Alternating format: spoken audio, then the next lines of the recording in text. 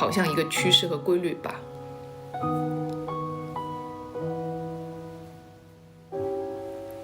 傳來發語望你是我的家屬吧，原來我以前那不浪子的倒下，明明分開為何打這號碼，你可會很不解我怎不生了他，我知不該，但是不該，像某種流亡的愛，千里之外，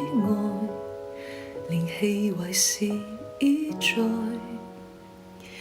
也沒有一絲半秒傷悲。要是我今晚異地斷氣，問你可肯徹夜管得通宵客機，也沒有一絲半秒歡喜，隨無人以口來煩住你。若覺得準這隻煙家住很離奇，是我自私今世最後羞擾的人兒，只想是你。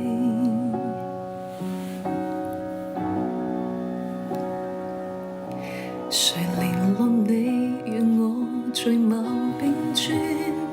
與難，然而教你苦痛已算黑色浪漫，甜蜜那陣時滾瓜日子中講到大淚眼，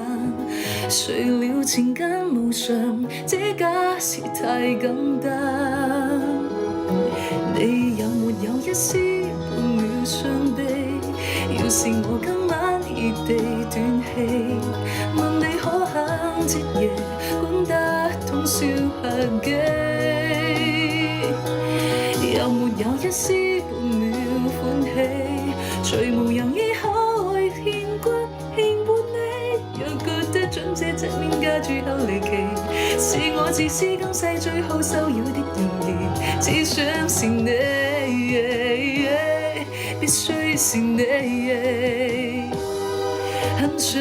被念記，即使淡淡微微，就算在深夜被嫌棄，想有懷疑說好想你，可惜最尾未夠運氣。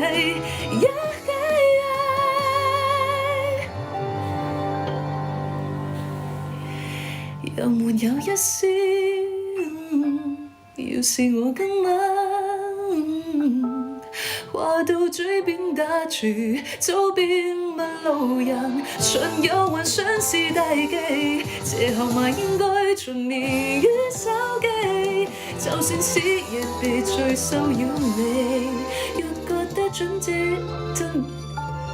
最告別詩給我帶淚奔送的情人，只想是你。